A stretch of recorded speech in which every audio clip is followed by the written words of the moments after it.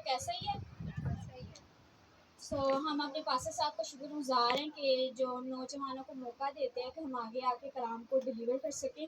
تو ہم پاسر صاحب کی شکر گزاری کرتے ہیں. اور ہمارے لاسٹ سنڈے کا سرمن کا جو ٹاپک تھا وہ تھا ٹروتھ اینڈ فلنس، فضل اور سچائی سے معمول. یہوہ خدا کی ذات میں فلنس پائی جاتی ہے.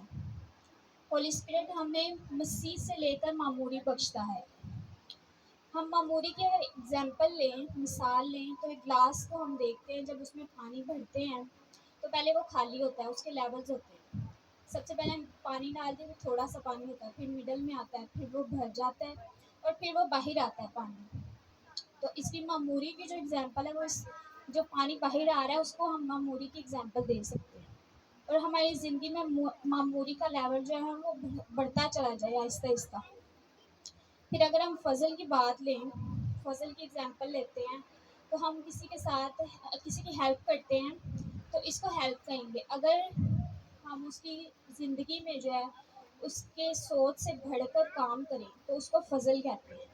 تو فضل تو ہے وہ تو ہم نہیں کر سکتے کیونکہ وہ تو خدا ہی کر سکتے ہیں. تو ہم لوگ جو ہے نا کسی کی ہیلپ ضرور کر سکتے ہیں، لیکن جو فضل ہے وہ خداوند یسوع مسیح کرتے ہیں. تو ہم پر سب پر جو ہے فضل ہوا ہے. مسیح یسوع نے صلیب پر جان دی جس کے وسیلہ سے ہم نے نجات کو حاصل کیا، سیلیبریشن کو حاصل کیا. تو ہم سب پر فضل ہوا ہے. اسی طریقے سے ہم پولس رسول کو اگر دیکھتے ہیں تو وہ بیمار تھا، اس کے زندگی میں بہت زیادہ دکھ تھا. تو وہ خداوند سے کہتا ہے کہ مجھے شفا دے. تو خداوند کیا کہتا ہے اس سے کہ میرا فضل تیرے لیے کافی ہے. ہاللیلویا. اسی طرح اگر ہم یوحنا کو دیکھتے ہیں تو اس نے مکاشفہ کی کتاب لکھی اور مسیح یسوع کا شاگرد تھا. تو وہ کہتے ہیں کہ ہم پر فضل ہوا ہے، مینس گریس اپون گریس، مطلب کہ ہم پر فضل ہوا ہے. ایسا ہی ہے. شکر ہے خداوند کا.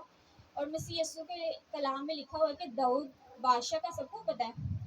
تو داؤد بادشاہ نے گناہ کیا تھا، یہ بھی سب کو پتہ ہے. اچھا، جس کو نہیں پتا وہ سن لے بچوں کو.